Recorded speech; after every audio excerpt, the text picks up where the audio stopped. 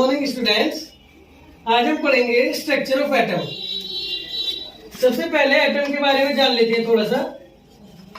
जैसे कि हमने पहले ही सीखा है कि एटम किसी भी मैटर का, किसी भी सब्सटेंस का स्मॉलेस्ट इंडिविजिबल पार्टिकल है। Smallest indivisible particle, atom is the smallest indivisible particle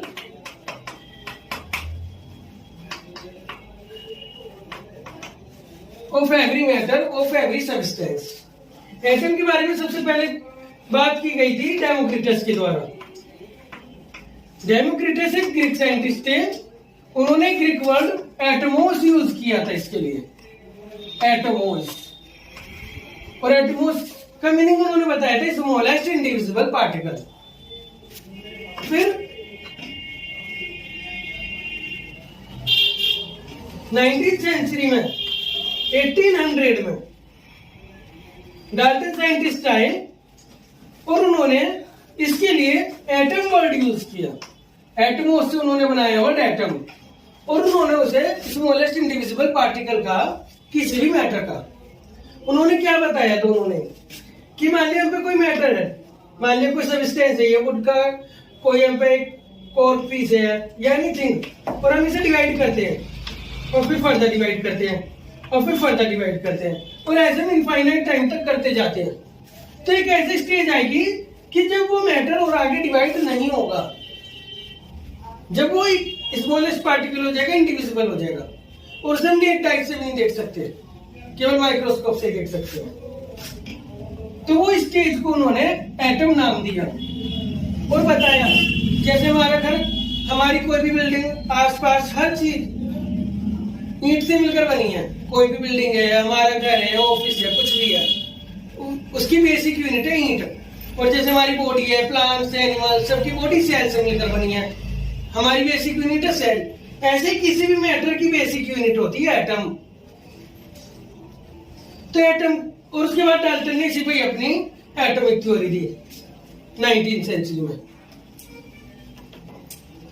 20th century के स्टार्ट से कुछ टाइम पहले तक यही माना जाता था कि एटम स्मॉलेस्ट इंडिविजिबल पार्टिकल है। लेकिन फिर कुछ ऐसी चीजें नोटिस की गई जिससे ये हम साइंटिस्ट को लगा कि मैटर में एटम से स्मॉलेस्ट भी कोई चार्ज पार्टिकल जरूर है।